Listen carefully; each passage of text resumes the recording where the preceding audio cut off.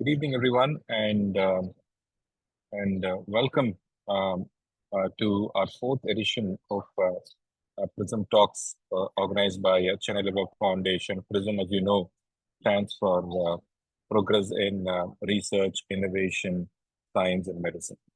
Today, we have a very important, critical, global public health goal, which we're going to discuss, which is triple elimination of HIV, hepatitis, and syphilis, particularly in the context of maternal child health. This is not a technical goal, but it's not just a technical goal, but a humanitarian one to ensure that all the children born do not start their life with such an avoidable infection, and every mother has got access to safe, integrated, and stigma-free care. This requires a lot of coordinated effort across all the specialties: obstetrics, hepatology, public health specialists, policy makers, infectious disease specialists, so on and so forth. And of course, the government's commitment is required if we have to take on and do these things.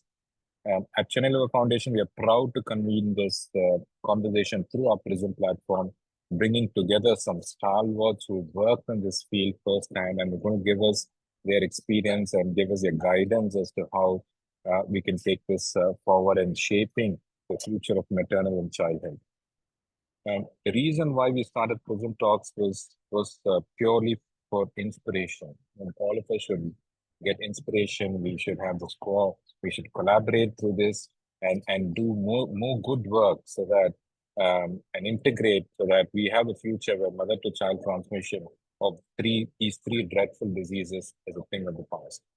So again, welcome to all of you and a good evening.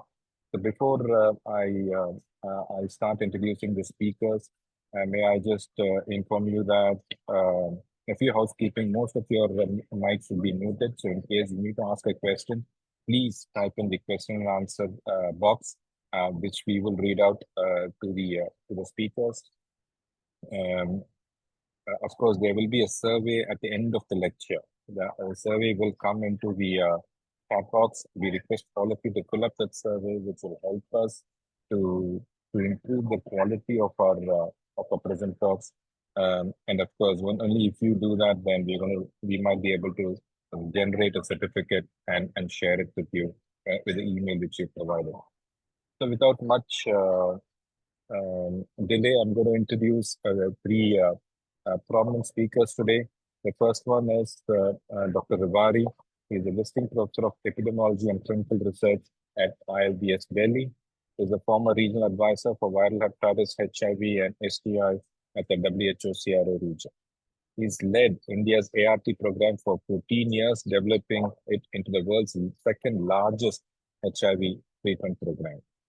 Our second speaker would be Dr. Asha Hegde, the Director of Family Health, HIV, Hepatitis, STI at PARC for South Asia.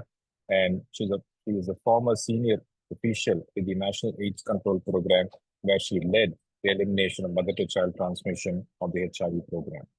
And of course, our third speaker is Dr. Reshu Agarwal, Technical Lead for HIV, Hepatitis for WHO India. She specializes in transplant and molecular virology, leads viral hepatitis diagnostic support program for laboratory professionals of the ILBS, and conducts national trainings for healthcare professionals under projects of Prakash, ECHO, and the lead. So I welcome you all again, and may I request Dr. Rewari to start the proceedings with his first talk, please. Good afternoon. Thanks, Vivek, for the introduction and this opportunity and organizing this important webinar. So let me share my slides. Can you see my slides? Yes, sir. Yeah. So to begin, my topic is basically roadmap to triple elimination. When we talk of triple elimination, we use two terms. Basically, we are using most commonly mother-to-child transmission of HIV, syphilis, and hepatitis B. And the other terminology we are using is vertical transmission. Basically, WHO uses both the terminologies, but there are some people who say the vertical transmission is less stigmatizing, is more friendly to the mothers. But vertical transmission per se does not include transmission from breastfeeding. But just to highlight that UNAIDS in 2023 included the transmission through breastfeeding also in its definition of vertical transmission. So both these terms are now used interchangeably. So my talk will be basically what is triple elimination, what is the rationale, why do you want to combine these three things, what is the WHO guidance, what are the global targets, and what are the strategies. We know that HIV, STI, hepatitis have got common mode of transmission from mother to child transmission. They have got long incubation period where you cannot detect them, and there are interventions which can prevent them and prevent the transmission to the infant. This triple elimination, the global community is committed to elimination of mother to child or vertical transmission of HIV, syphilis, hepatitis as a public health priority. When you combine these three transmissions together, basically this also pushes the agenda for integrated service delivery, not only from mother to child transmission, but as such in elimination of three infections. And this focuses on a harmonized approach for not only preventing transmission, but also improving health outcomes both for mother and children. And this promotes a full range of integrated services beyond the PMTC services. So triple elimination initiative strategy guidance comes from three main documents. One is basically Global Health Sector Strategy on HIV viral hepatitis, STIs 2020 to 2030. Basically, with a vision of ending HIV, STI, hepatitis as a public health threat by 2030, and also to promote the primary health and health security under the umbrella of universal health coverage. This triple elimination strategy is also strongly influenced by global strategy for women, children, and adolescents from the UN General Secretary. And the core to guidance is a person-centered approach when we talk of not only of infections per se, but as a person as a whole.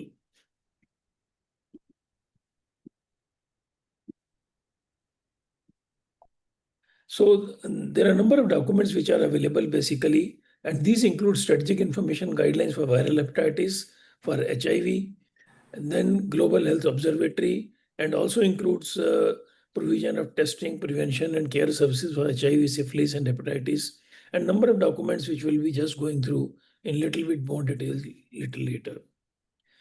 When we talk of elimination per se, I'm not talking of mother to child transmission only, but elimination of HIV, hepatitis, there are clear targets that we should reduce annual new HIV and viral hepatitis cases from 4.5 million to less than 500,000, reduce the annual new cases of 4 curable STIs from 374 million to less than 150 million, annual deaths reduction and annual cases of cancer are also reduced from 1.2 million to under 700,000. Why I'm emphasizing? Because this EMTCT basically, or vertical transmission elimination, is only a gateway to the larger elimination. So this offers an opportunity that you can do it, you can show it, and then you can basically move to the larger elimination.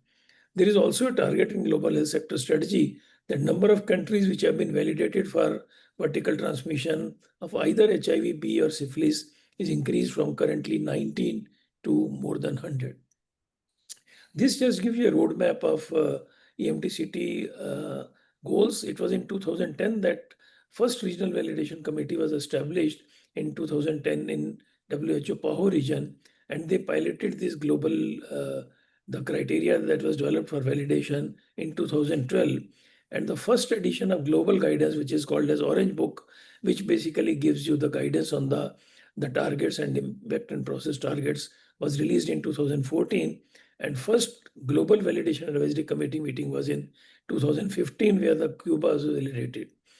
Since then, there has been significant progress, and more than 19 countries have been validated for EMTCT of HIV and syphilis, and 2 for path to elimination. There are 3 more countries which have undergone review, but still they have not been received the certificate. So it is crossing more than 20 countries now. These are the countries which have been validated from 2015 to 2020 and 23 and beyond. So what is validation? Basically, when we talk of roadmap, basically what we want to achieve. We want to achieve that there are 0 new infection among infants. There are less than 50 cases of congenital syphilis per 100,000 live births in 80% of the countries globally. And there is 95% reduction in incidence of chronic viral hepatitis B infection. So these are our goals basically. So how do we achieve these goals? There are certain process or programmatic targets which must have been met by the countries for 2 years, and then certain impact targets which must be met by countries for 1 year. So when we say process criteria, basically it includes antenatal coverage of more than 95%, coverage of HIV testing for syphilis and HIV both for more than 95% of antenatal women, and more than 95% treatment for women who are found to be HIV positive or syphilis positive. Criteria are slightly different for hepatitis. I'll just go into that detail a little later. But with these kind of coverage, the impact is that we should have less than 50 cases of new HIV infections or syphilis cases, congenital syphilis cases per 100,000 live births. In addition, for HIV, there should be a MTCT rate of less than 2% in non-breastfeeding population or less than 5% in breastfeeding population. When we move to hepatitis B, the impact target is that there should be less than 0.1% prevalence of surface antigen in children equal to or less than 5-year-old. And if their countries have got a targeted birth dose and not a universal birth dose, then there is additional target of MTCT rate of less than 2%. The process criteria are slightly liberal. Basically, if you have universal birth dose, more than 90% coverage of hepatitis B vaccine and birth dose coverage. But if you have only targeted birth dose or no birth dose, then there are four process target that you should achieve: more than 90% of hepatitis B3 vaccine coverage, birth dose coverage, 90% coverage, this is important, of maternal surface antigen testing for hepatitis B, and more than 90% coverage for those who are eligible for treatment with antivirals. WHO recommends that all countries should adopt triple elimination as an integrated approach, but if you have got met the criteria in either of infection, HIV, syphilis, or hepatitis B separately, the countries can apply for the same also. Now came the issue that there are many countries which have got very strong program, but they have very high prevalence of antenatal positivity. So they will not be able to achieve the criteria of less than 50 cases per 100,000 live births.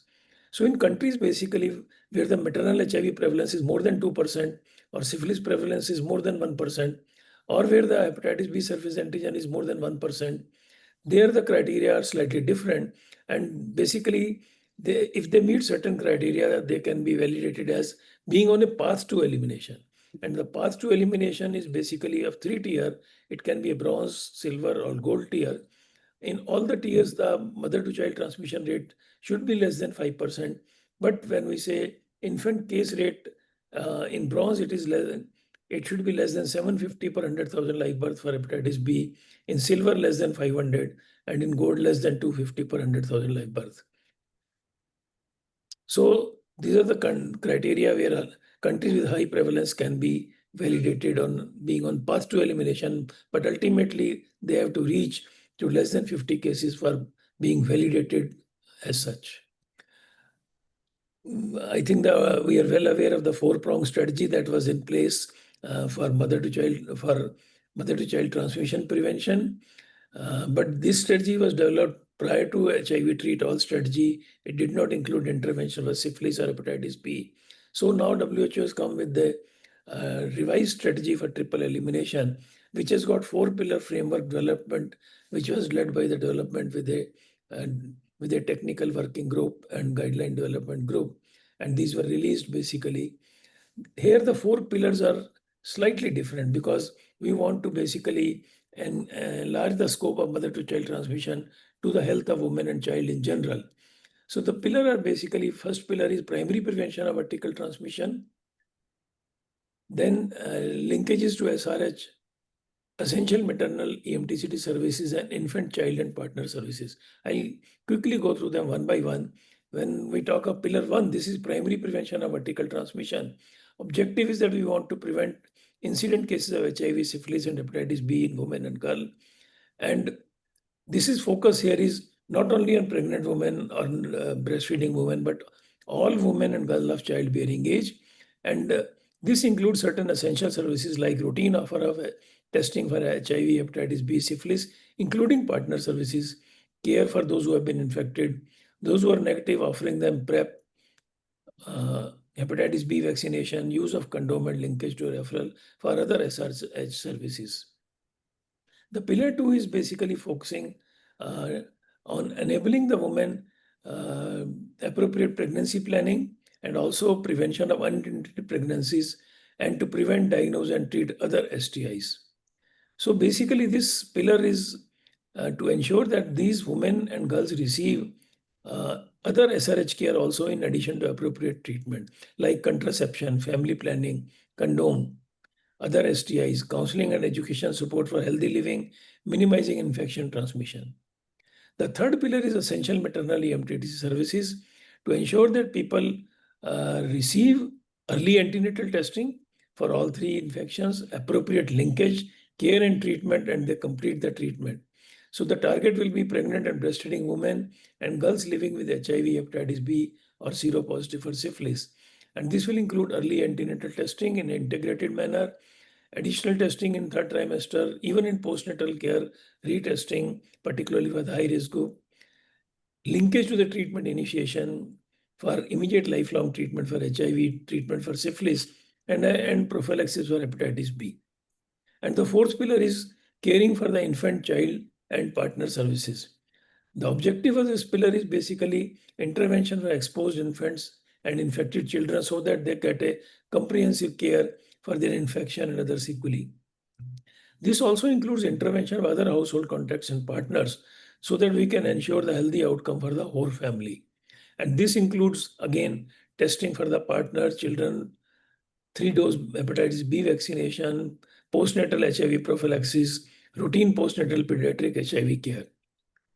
So this was a little bit about the four pillars of the which have been redefined from the four-pronged strategy. So I'll now move a little bit to the how does validation happens? What are the governance targets? We have already seen that impact and program targets. So these were the two guiding documents. One is the global guidance for elimination of mother-to-child transmission, and other is governance guidance. What structure needs to be in place at the country level, regional level, and global level? So this was a update in 2022 on the Orange Book, basically which included hepatitis B in the criteria and process, which had updates on the key criteria. And important part was basically strengthening of human rights, gender equality, and community engagement. It has got 4 foundational assessment areas for validation. Wherever any country is evaluated for validation, it is on program and services, which includes both antenatal care services quality in public and private sector, ensuring that these services are not only available, they are easily accessible, they are acceptable, affordable, so that there is a high coverage of antenatal care. Laboratory services, not only in proficiency testing, documenting result, but also having internal and external quality assurance in place to rule out false positive tests also. Then to ensure that the systems capture public and private data on service delivery outcomes and can detect most cases of mother-to-child transmission through a robust surveillance mechanism. But it is very important all these services are basically implemented in a manner which is consistent with basic human right principle, gender equality, with supportive legal and framework being available in the country. So it is very important because if you don't have focus on human rights, gender equality, then whatever elimination is achieved will not lead to a larger elimination of HIV, syphilis, and hepatitis. These are the 10 tools which are available in the guideline. I will not go through these. There are various annexes which provide how to basically assess the laboratory data program and surveillance and human right issues.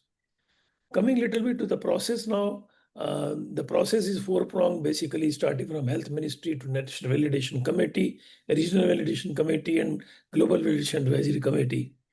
Going a little bit into detail, any country which is basically wants to have validation, the Health Ministry needs to inform WHO country office, where a National Validation Secretariat is constituted. And in consultation with WHO, the Health Ministry constitutes a National Validation Committee, which has got 4 working groups with independent experts on data, program, laboratory and human rights, gender equality. The independence of the National Validation Committee is a very important part of the validation. These are the terms and reference of the validation committee. I don't think I will go into details. Similarly, at the regional level, there is a regional validation secretariat, which basically acts once it gets the national validation committee report from the country office. And then there is a regional validation committee, which basically looks and verifies the content, validity, and quality of the national validation report. And once they find that the country has met the targets, global target, then this is referred to the regional validation committee, which is again an independent committee which advises WHO headquarters after independent assessment whether countries have achieved or maintained the validation. And it also verifies the content validity. And committee members serve as independent experts and do not represent any organization as such. So I think that is all. Just flow through. This is the flow. Health Ministry sends a request to country for WHO country office for validation secretariat, and then committee is formed. It collects the data, evidence, completes the report, sends it to the regional center, regional validation committee, and then to the global validation committee. But before that, very important, when we are talking of roadmap, country has to first themselves see whether they are meeting the validation or not before sending it to any other. And there are preliminary draft self-assessment tools which are available on the website, whereby countries can see whether they are meeting the criteria or not. And once the country has been validated, then there is a revalidation. Maintenance of validation is also required. And that is for HIV, syphilis, it is done every 3 years. For hepatitis B, it is 5 years. But now there is a change that once a country has been validated and they have undergone 2 rounds of maintenance of validation every 3 years, then their further validation maintenance can be done by the regional office itself. These are tools and checklists for entry evaluation, where a country can evaluate themselves whether they are reaching the validation targets or not. The country validation for hepatitis B follows the same process as for HIV and hepatitis. This I have already mentioned that impact targets must have been met for minimum 1 year, and process target or programmatic indicator should have been met for 2 years. And there should be a demonstration of a robust system that you are able to maintain this elimination over the years. These are some of the annex which are available. That congenital syphilis you can estimate even using a web tool, because it is very difficult to get reporting of syphilis cases is very fragmented in the countries. And there are data assessment tools. Then there are indicator definition. How do you calculate MTCT rate? How do you calculate the HIV testing? How do you calculate the seroprevalence? What are the infant vaccination coverage? So their numerator and denominator indicators are already provided in the guidelines. Lastly, yesterday, WHO released this country guidance 2025, basically, which has again highlighted the steps that you establish a consultative mechanism, identify a country team, then ensure cross-program buy-ins, because so far countries have been focusing on HIV and syphilis, but now really want to ensure cross-program buy-ins from relevant national authorities. Viral hepatitis control program, HIV control program, they are different in many countries. They are same in some countries. So it becomes important that there is a crosstalk. Then situation analysis, planning and prioritizing, and coordinating and implementing this. So lastly, to summarize, some of the key issues which are basically barriers still to triple elimination and roadmap. These are the barriers which really need to be addressed. And most countries, they have lack of data on testing among pregnant women in the private sector. Many countries, up to 50% of deliveries happen in private sector or non-institutional setting. Even when it is in public sector, the reporting may not be very efficient in countries on all indicators. There are reporting on some indicators, but not all indicators. The HMS in many countries do not capture all variable at the national level. Data may be incomplete. Still, hepatitis B testing among pregnant women is not part of ANC card. So even when country has a policy, the data capturing and recording is an issue. So the data may be incomplete. Birth dose coverage in many countries remains low due to operational challenges. On hepatitis B for treatment, antiviral for positive pregnant women, because of high cost of HBV DNA, many countries are still not able to determine eligibility and are not providing hepatitis B treatment. Syphilis testing remains low even when HIV testing coverage is high. Though many countries have adopted the dual test kit, but still that is not a universal in some of the countries. So these are some of the barriers basically which hamper, which need to be removed on this roadmap to triple elimination. I would like to acknowledge the support from Dr. Morker from headquarters, Virginia McDonald, and Keo from regional office in Western Pacific. Thank you. Lovely. Thanks, Dr. Rewari. That was a lovely start, and I think a lot of area was covered, and the roadmap was reasonably clear. So what we'll do is, if you can just stay online with us, we'll get the other two talks going, and then we'll have a panel discussion where all the questions will come up. So next, can I invite Dr. Asha Hegde from PATH, please?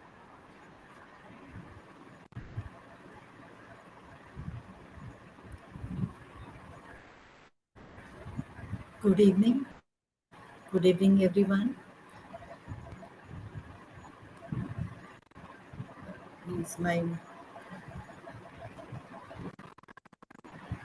Is my slide visible, sir?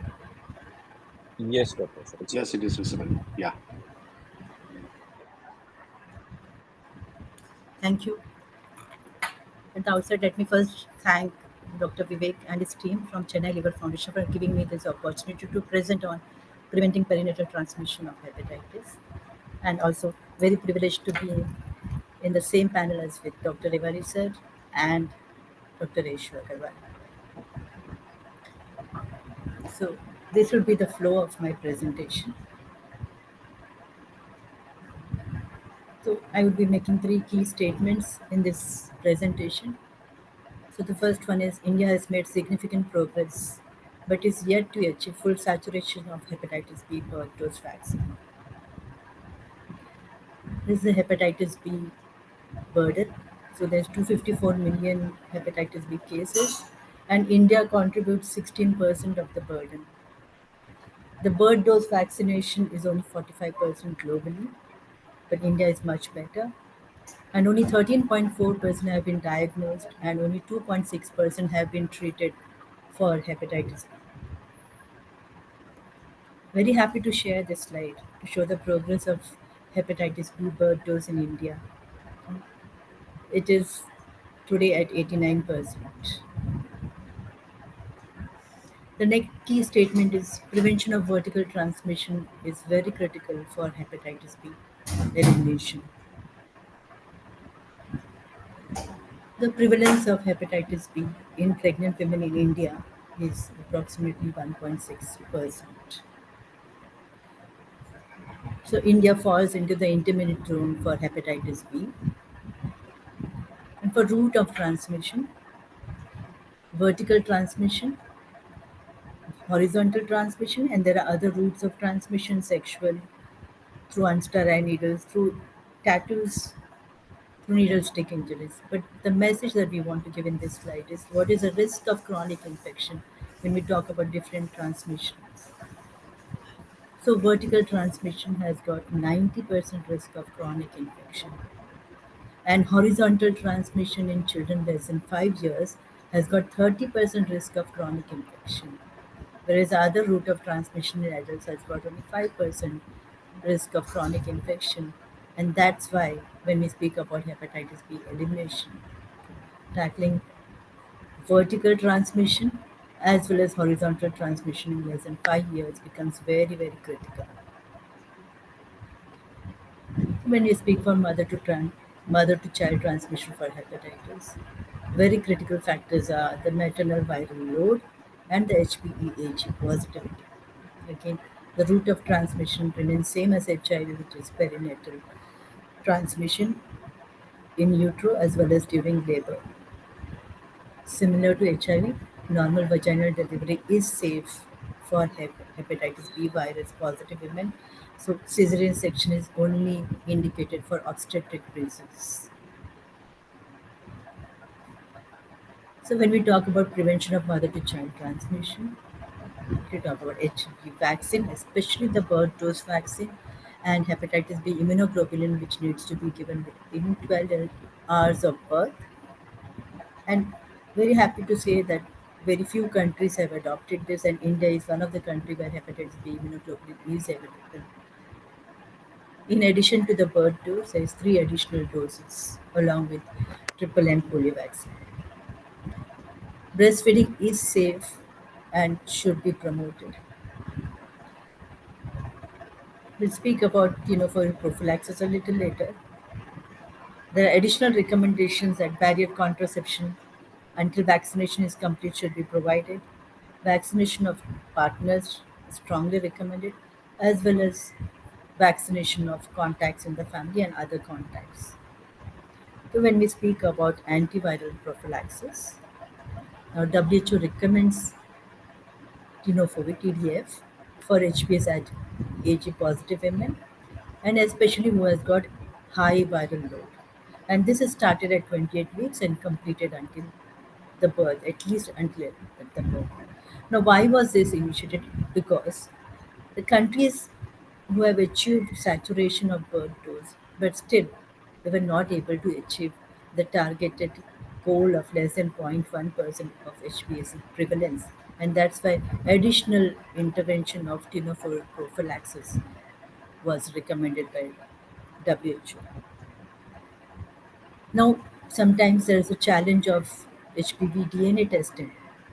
So, WHO recommends that in settings where HPV DNA is not available, HPE-AG test, which where point of care tests are available, can be used as a proxy. And if HPE-AG is positive, then the mother needs to be initiated on tenofovir prophylaxis. But just to say that before we even start the mother on prophylaxis, it's very essential that we screen the mother itself first for her own self. She should be assessed for whether she needs any long-term antiviral treatment, and if she needs antiviral treatment, and this itself will prevent the transmission from mother to child. So in India, point of care hepatitis B HPS AG tests are available. We promote safe delivery.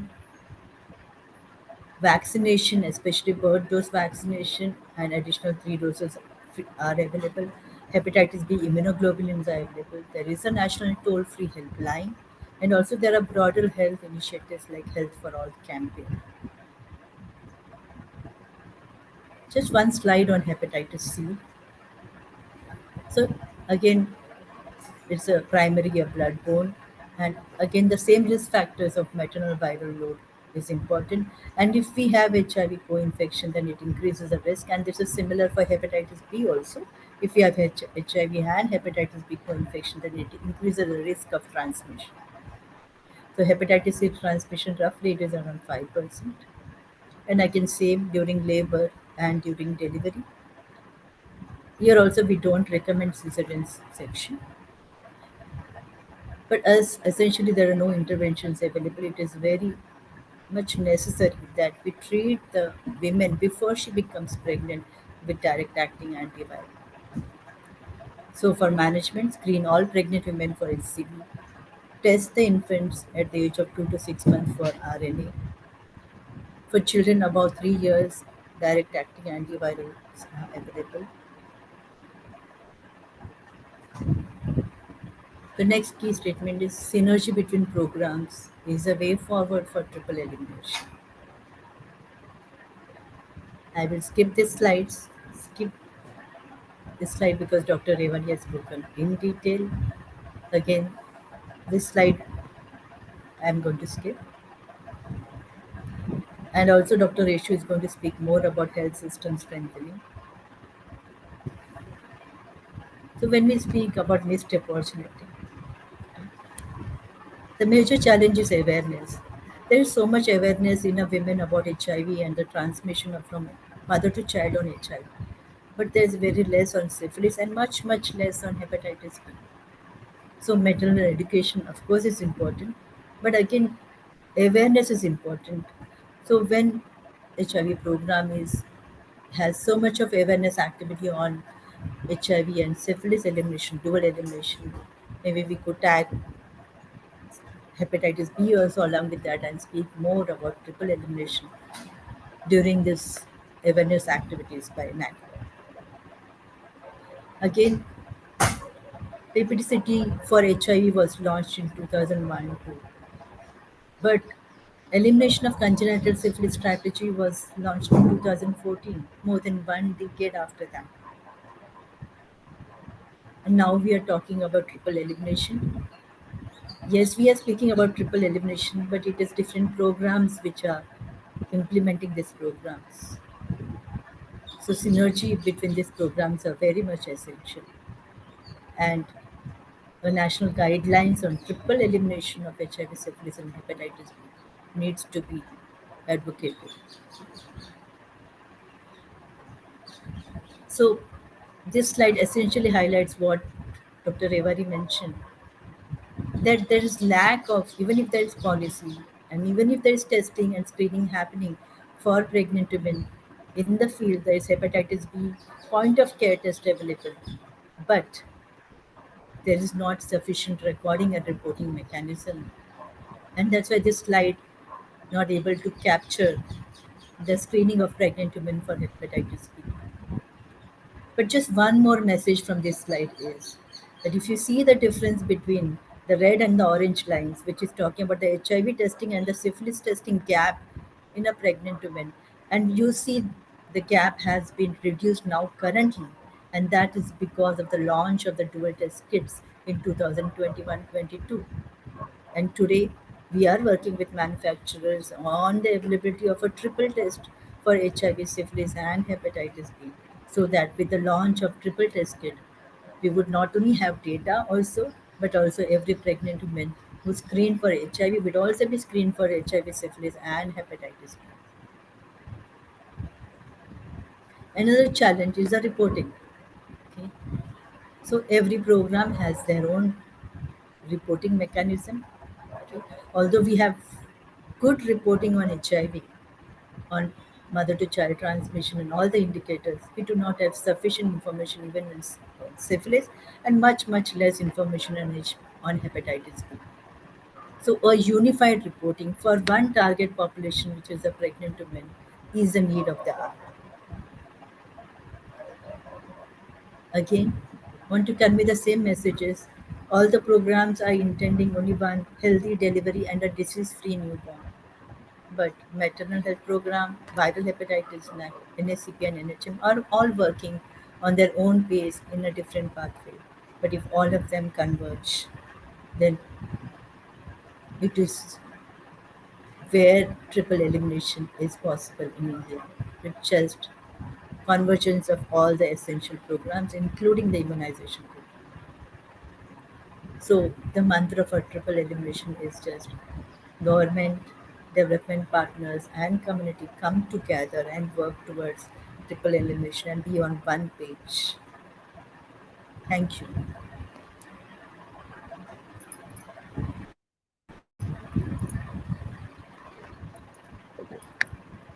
Thank you, Dr. Asha. That was quite informative. I think the last message was very, very important, where everyone come together. Only then this is going to happen. That was a very strong message. Thanks very much, and please do stay online so that we can have a good panel discussion. Next, may I invite Dr. Reshu Agarwal. Reshu, can you share your screen, please? Thank you.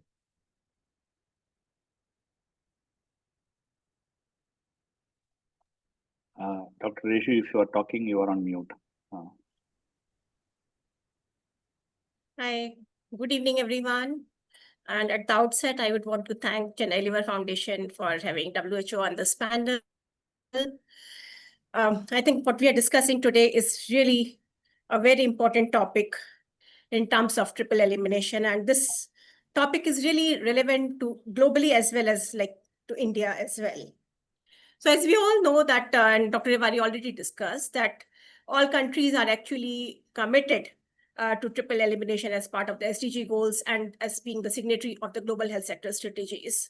And the triple elimination initiative actually encourages all countries to simultaneously commit for the elimination of vertical transmission for HIV, syphilis, and HBV. And this actually entails for a harmonized approach so that we have like overall good outcomes for the baby as well as for the mother.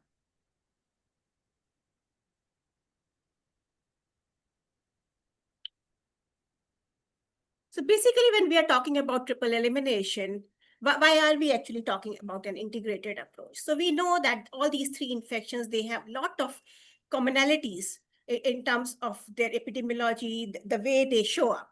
So all these are like, the vertical transmission is an important mode of transmission for all the three infections. Often these infections, they have long latent periods, and usually the pregnant women are usually unaware of their status unless they are tested during the ANC. These can be identified during ANC period, and if they are identified, then there are tools available there so that we can prevent vertical transmission from mother to child. And then, of course, these cause a lot of morbidity and mortality. The other thing about EMTCT, why WHO is actually approaching this as a convergent thing, because this actually provides an entry point for better health for all. And in fact, even the other infections such as TB, SCB can be actually layered on this. And this can also serve as an entry point for care and treatment of the whole family. I think this has been discussed because the early you actually detect, and if you can prevent, this is the key, especially for HBV infection. If a child actually acquires an infection vertically, then the chances of having a chronic infection are almost 90%. Similarly, for HIV, if you don't really identify a HIV-exposed kid as HIV positive and not take care, then almost or more than 50% of these kids would die before their second birthday. And syphilis, we all know that it is the second largest cause for the stillbirths. Therefore, it's very critical. Though at the country level, these numbers might be very small, but then these are the critical things which can really make a dent on the overall morbidity and mortality for the infants. Now, how do we implement the triple EMTCT and especially the integration part? So as has been discussed, that there are like 4 pillars which have been recommended, especially the first 2 are basically about the primary prevention. The one is about taking care of the women when she's not even pregnant. Secondly, you link from the very adolescent age or from the reproductive age group, you take care and link the potential mothers to the SRH services. Now, third and fourth pillars are basically when you know that the mother is already positive or the pregnant woman is already positive, and then you have to take care of the timely testing, timely treatment in mother, and the interventions which are required to save the baby, especially the care of exposed kids. So all these interventions or the pillars, they really require a life course approach. And so all these interventions, they actually start at the reproductive years, and then they need to be followed during pregnancy and postpartum. So the primary prevention is like taking care best as a general preventive practice for everyone. But then when we talk about taking care of the pregnant women and postpartum, is basically we know that the mother could be positive, and we really want to have a more targeted approach here to prevent the vertical transmission. So of course, we have like common access points for providing services for the prevention of all the 3 infections. There are like common services which can be provided, and I'll not get into the details of what services can be provided. But the key is to keep the mother at the center. So we know that in most of the countries, these programs are basically the vertical programs. HIV would be a different program. Syphilis at times would be a separate program, or it would be part of the HIV program. And then you have the viral hepatitis programs. But when we talk about all these interventions, they are actually anchored on a common platform of reproductive child care or taking care of the maternal health. What we need is a systems approach. So the kind of interventions which are required, they cannot be taken care unless we really have a systems approach. So we have this universe of all the pregnant women or the live births, and of them specifically, there would be a subgroup which could be HIV positive or be infected with syphilis or HPV positive, or they could be like having co-infections as well. So with the standard care, which is given during the ANC, there needs to be the provision for the specific care in terms of confirming the diagnosis in a timely manner, a specific intervention which is required in terms of treatment for prevention of vertical transmission, taking care of the mother's health as well, then the care which is required during pregnancy or labor, and then once the child is born, then how do you take care of the exposed baby, especially with HBV, the birth dose really becomes very critical, and the immunoglobulin. Now, if all these interventions need to be implemented, there are a lot of cross-cutting considerations for this convergent approach. And these can only be done if there are basically we have the health systems prepared for it. If we have the data systems or the strategic information system, which is actually feeding into the interventions and giving us a window for evidence-based planning. Then we need to identify and address the barriers which are there, which are faced by the community in accessing the services. And last but not the least is what we need is the leadership, community engagement, partnerships, and the cross-programmatic coordination.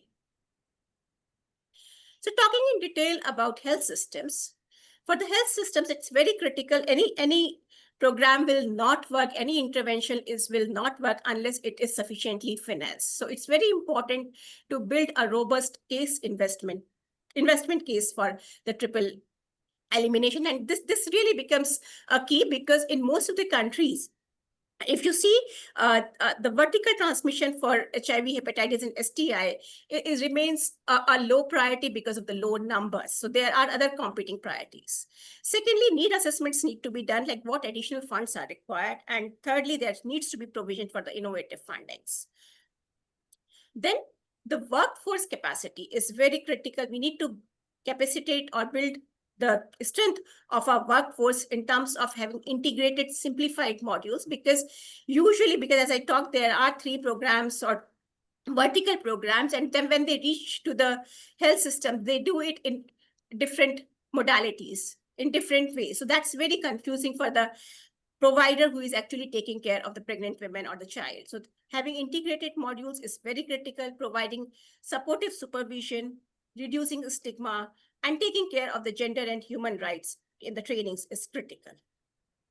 The other piece is around the logistics and the supply chain management, and this becomes very critical, especially when you have vertical programs, that these supplies need to be seamless. So who actually is accountable for maintaining these supplies is very, very critical, both for testing and having access to treatment.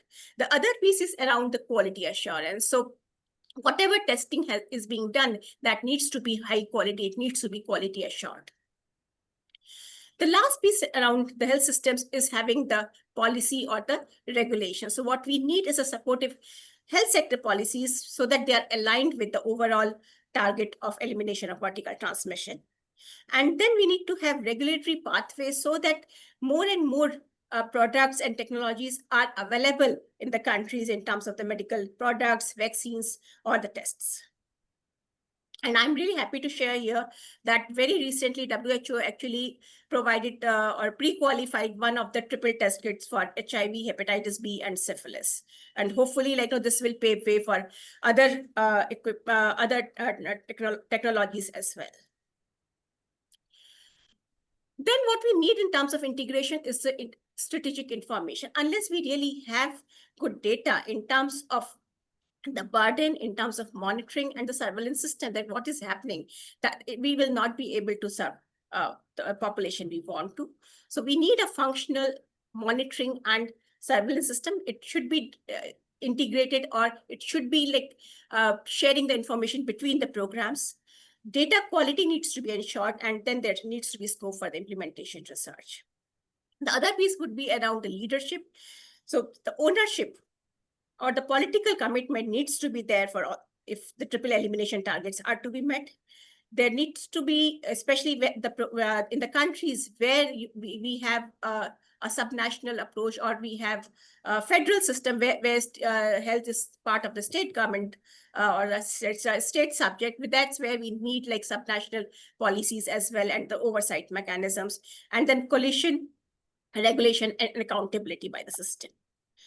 The most critical piece is around the partnerships, and the partnerships within the programs, within the national programs, cross-programmatic coordination between the government and the non-governmental partners, between multiple stakeholders, because this is just not a health issue. You might need other enabling environment, which can be done in coordination with the other departments beyond the health systems. And then there has to be mechanism for sharing the information, what is happening. So at the last, I would just want to conclude that we need to optimize, leverage, converge, and integrate if we really need to eliminate. And that's how we can actually move towards a generation which would be free of these infectious diseases. Thank you. Great talk. Thank you, Dr. Reshu, and it was really brilliant, and it's a lovely talk. So we will have our questions. So before I request Dr. Ganesh to take on the panel discussion, I'd like to invite and welcome Dr. Pauline Chan from the WHSCRO. Pauline, are you online? Would you be able to give your thoughts on this, please, a few minutes? Yes, I'm online. Thank you. Thank you, Vivek. Oh, thanks, Pauline.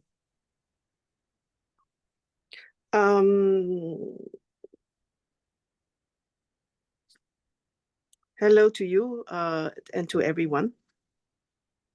So I would like to congratulate the Chennai Liver Foundation and also for the speakers for this really important session on triple elimination and how it could be implemented in India and also surrounding countries as well. And just yesterday, for the first time, we actually have a whole framework on triple elimination written and now published by WHO. Indeed, elimination validation is a public health imperative. But at the end, it starts first with prevention of mother-to-child transmission for all the different diseases, for the health of the mother and the child.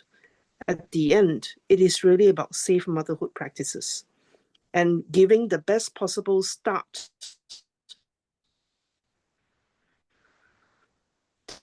to the baby, the health side, preventing and stopping any infectious diseases that can be transmitted vertically. And that means all the bloodborne infections, whether it's HIV, it's Syphilis, Hepatitis B, Hepatitis C, for example. And in other regions, Latin America test for Chagas disease and HTLV because this is contextual for their session. In Mongolia, they also do hepatitis D delta because hepatitis B and D co-infection, it's at least 50% in Mongolia and in some other Pacific islands. So I would say is that it's not just the triple elimination initiative, it's really starting first with prevention of mother-to-child transmission and working towards making sure that there's no more babies to be infected with any of these infectious disease. So I'll end here. Thank you very much for the opportunity to comment, Vivek. Thank you, and stay online in case someone got some questions, then feel free to answer any questions. Thanks, Pauline. So over to you, Dr. Ganesh, if you can take with the panel discussion, please. Thank you very much, Dr. Vivek. Thank you very much, Dr. Pauline Chan. I really appreciate for the time and as well as the knowledge insight provided by Dr. Rewari, Dr. Reshu, and Dr. Asha Hegde. So I have some of the pointed questions to each of these panel members. So this question is to Dr. Rewari. Good evening, Dr. Rewari. I hope you are doing good, and thanks for all your support and advice you've been providing it. So it related to the roadmap for triple elimination. The interesting thing, you all know that policy is one biggest space where actually it makes sense and it is going to impact a huge amount of a population. So what, in your opinion and as well as with your experience, what do you think are the biggest policy or operational hurdles currently hindering the triple elimination efforts in India? Thank you, Ganesh, for raising very important question. We know that the major issue behind the major barrier is basically having vertical programs, silos. We work in silos in most of the two programs between the HIV, syphilis, and hepatitis program. So I can summarize some of these policy issues. First is basically inadequate political leadership commitment. There are commitments more for the HIV program for a long time. Hepatitis programs are relatively new, and again they are vertical. And between the two programs, there is a inadequate coordination, collaboration between the two programs. Though HIV program, syphilis program are doing better, particularly HIV, hepatitis B and syphilis both are lagging behind. And issue from the basic issue is on fragmentation of planning, service delivery, monitoring, evaluation. Inadequate utilization of health infrastructure, the experience from HIV program not being adequately utilized, issue of little community engagement, particularly when you talk of, I will say not little, but lesser engagement of community for hepatitis program. And of course, there is a barrier of utilizing resource and experience from the other programs. Besides that, I had listed some in my earlier presentation. That was basically the lack of data on testing from the private sector. That is a big barrier. And since these are not notifiable disease, getting the data is difficult. I'm not saying we make them notifiable, but we need to have mechanism whereby we get data from the private sector. Moving on to this, then there is scaling up of innovation. It is coming up, like now dual-use test kits have been implemented in most countries, but still in some countries, while the HIV testing is good, syphilis testing is not that great. And another thing on policy, basically, which I said in my earlier slide, was that though hepatitis B testing for pregnant women is a policy, it is not recorded. Even when it is implemented, it is not recorded, so the information is not adequately available. Again, the use of antivirals for hepatitis B positive pregnant women is still limited. Asha mentioned about using, even when the HBV DNA is not available, it can still be provided, but countries have yet to adopt it. It's a WHO guidance, but countries have yet to adopt that.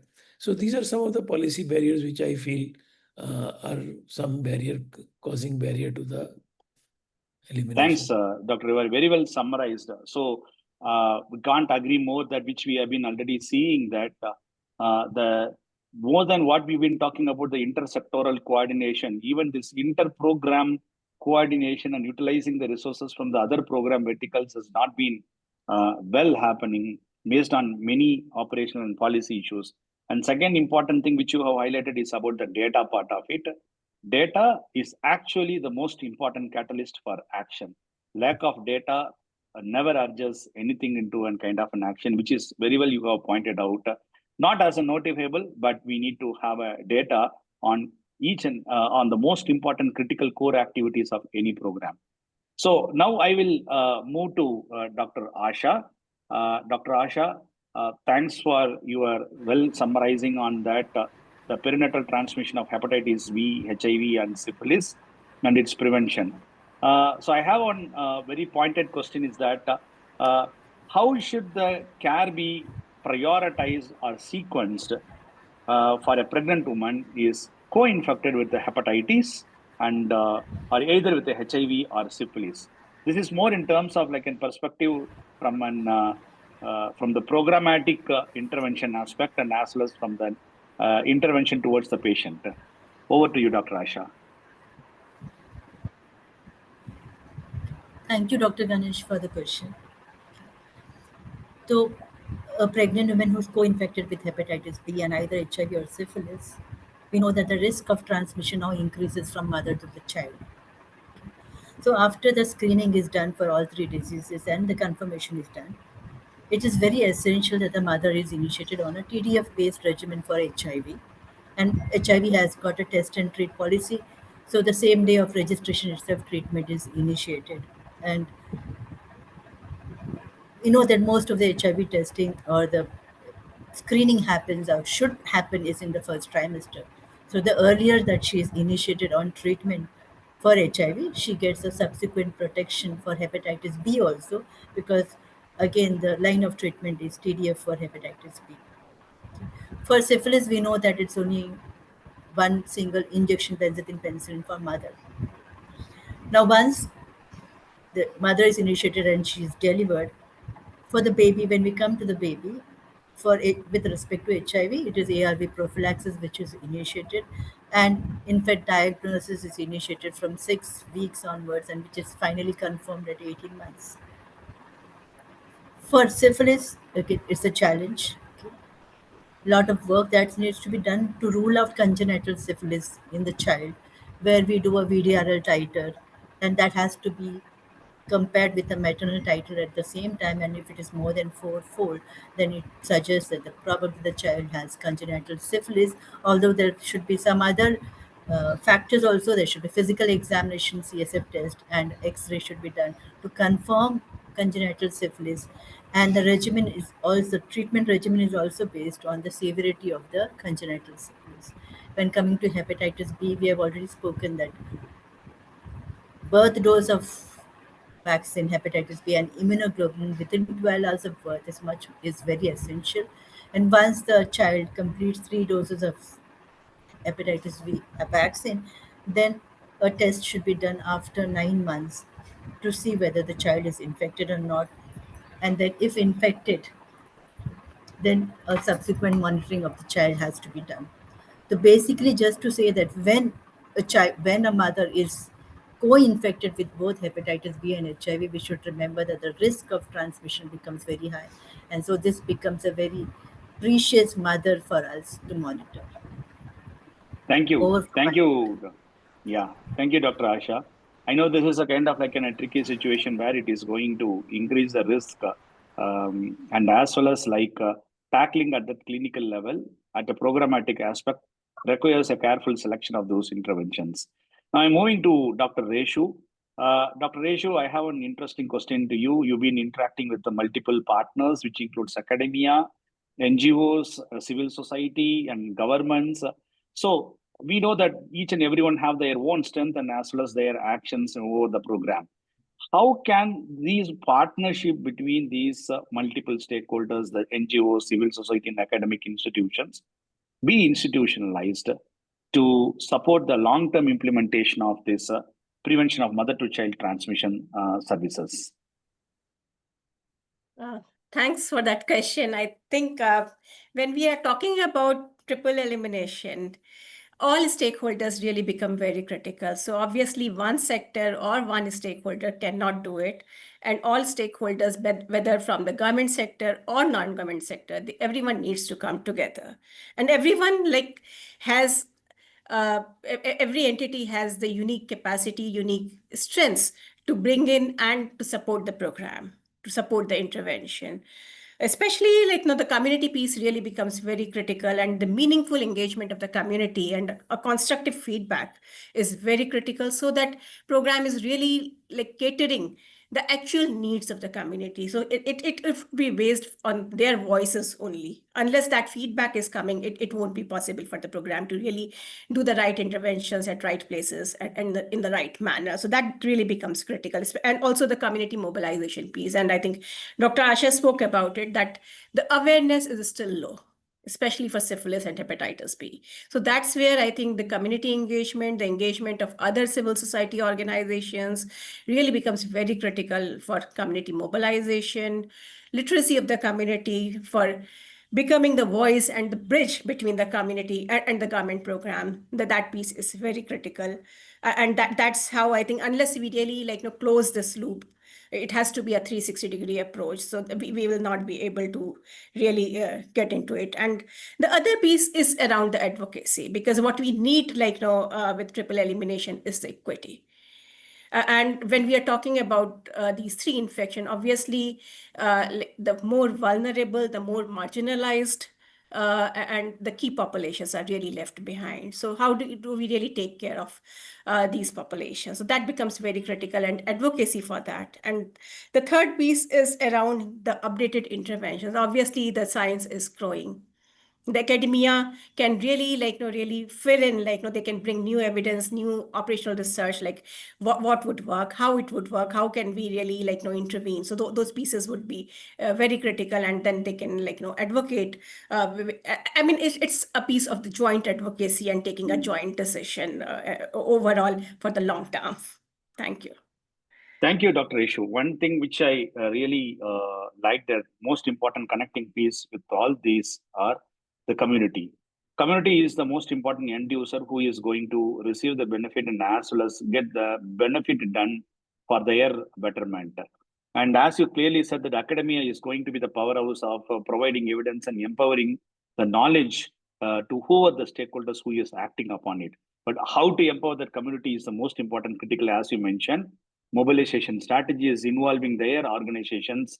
And needless to say that media has to be on role, where they have to answer majority of the myths around the triple elimination part of it. We have an interesting question from the audience, but I am keeping that open to the floor for the discussion to these three experts.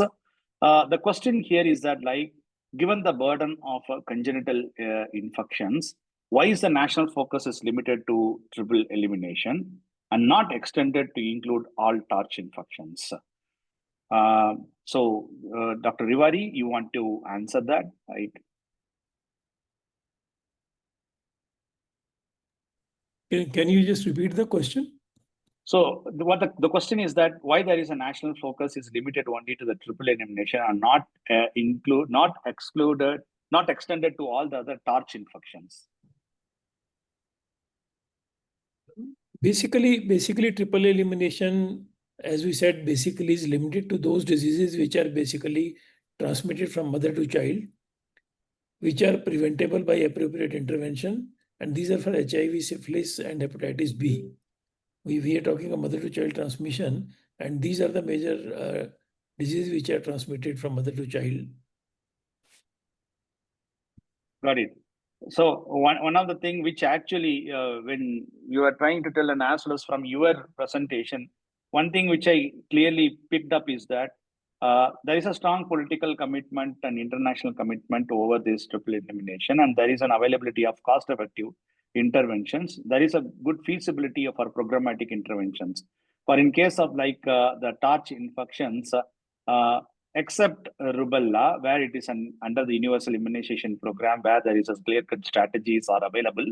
The other infection like toxoplasmosis or cytomegalovirus or herpes simplex virus, there is a lack of cost-effective interventions at scale being available, be in terms of a vaccine or in routine antenatal screening, which is very expensive on this.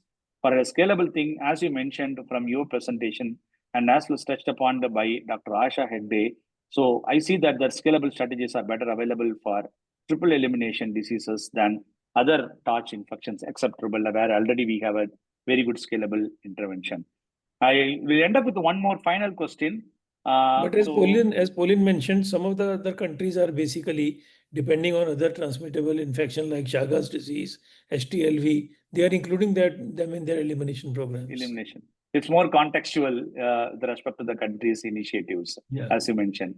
So the final question I'm just keeping here, how do you approach triple screening in patients who are lost to follow-up after a positive result, especially in rural or in underserved areas? So Dr. Asha and Dr. Rewari and Dr. Reshu, please feel free to answer this question. How do we approach the triple screening in patients who are lost to follow-up after a positive result, especially in rural and underserved areas? Dr. Rewari, you want to answer that? We need to establish a mechanism for tracking last to follow patients through our community networks. We have large experience in India, basically of tracking the patient who were lost to follow-up after initiating treatment or even before initiating antiretroviral therapy. So through community networks, basically, we have a mechanism whereby the people who are lost to follow-up, their line lists are shared with the community outreach workers, care and support outreach workers, and basically they reached out to them and bring them back to the care. Similarly, there is a mechanism of working through Asha. Now through Asha, we are reaching out to all pregnant women with different incentives from the Government of India. So on those, through Asha workers and community health volunteers and community health officers, we can reach out to those people who have bound to be positive and not initiated on the treatment. That becomes a very critical part, because we have a universe where we want to reach, and we have reached to people, but we are not able to bring them into the care or retain them into care. Thank you. Dr. Reshu, yes. Yeah, I think I would agree with Dr. Rewari. And just to add there, I think we really have a very good ANC coverage in the country, to the tune of 95%. So when we are saying lost to follow-up, somebody could be lost to follow-up to the disease program, but not to the health system. Because there's already a systematic follow-up being done there. So perhaps this is more of an issue of having very clear care pathways, which at times are missing. Because obviously the women would be in touch with the ANC, and they would be at least with the Ashas, and they would be knowing what is happening. But in terms of coordination and care pathways and the specific need which is required, which needs to be addressed for that particular infection, we might not be able to deliver that. So that's where I think we need to demystify care, do more of task sharing, coordination, and have more defined care pathways, so that we don't actually label any pregnant women as LFU. Yeah, got it. As you clearly mentioned about that involving the community level workers of using Asha's network, with that, I wanted to move to Dr. Asha Hegde for your comments about what the strategy is coming up to you with the existing framework within the health system on last to follow up. Thank you, Dr. Ganesh. Just to add on with what Dr. Rewari and Dr. Reshu has said, I think first is a bit, awareness and building agency in the community. Now here, when you say community, it is a pregnant women community for us. So can we build agency in the community itself, that she understands the importance of prevention this transmission, that she takes, it's like a self-care model, okay? That will take a lot of work. And the second thing is the capacity building of the field workers. Just want to give an example with HIV program. Earlier, it was single dose nevirapine for a child, and the single dose was kept in the labor ward. But when we moved to new guidelines, it was very, very difficult to change the mindset of the ASHA and the ANNs, because that much the program had worked to train the field workers. And to change them, it is not single dose, but it is 6 weeks or 12 weeks regimen. It is very difficult. So the capacity building of the field workers should be very important. And the third one, in this era, when we talk about artificial intelligence, okay, can we devise a tool, where we can predict what is that characteristic that the patient, that this is going to become an LFU. Today we are using LFU predictive tool for other programs. Can we use it for this also? Other than that, I just want to give some examples again from HIV program, that when we are talking about decentralization, because if you don't want loss to follow, the services should be provided, it should be decentralized. And if you want decentralized, then can we have a family-centric approach? Can we have a community itself which is providing services? We said involving the community. So community itself which can provide services, which is being implemented very strongly in the HIV program. So can we implement the same thing for this population also? I end my case, sir. Thank you, Dr. Asha. As well said, to all the three experts, that the common reasons for any kind of a loss to follow up is that a lack of awareness or stigma or fear among the beneficiary. And second is that there is an limited tracking systems at the grassroots level, but tapping up our existing RCH program, where we do have a strong network of through universal immunization program and as well as antenatal care, we could utilize these kind of networks in order to track this loss to follow up. And last but not least, that having a kind of good data system. So the recent introduction of UWIN, where they are tracking that the universal immunization program beneficiaries, the additional MCTS tracking systems are coming up in order to address these kind of challenges. Thank you, all the experts. I'm also encouraging all the participants. Thanks everyone who has joined this call. Very wonderful session, and as well as very wonderful to hear from all of you. You have given a lot of questions, lot of insights. As this as an initiative by Chennai Liver Foundation and ICMR-National Institute of Epidemiology, we also encourage all of you to reach out to us to find a possible collaboration in order to achieve this kind of a triple elimination or any kind of an outreach activity which is addressing towards that. Over to Dr. Vivek for your final remarks.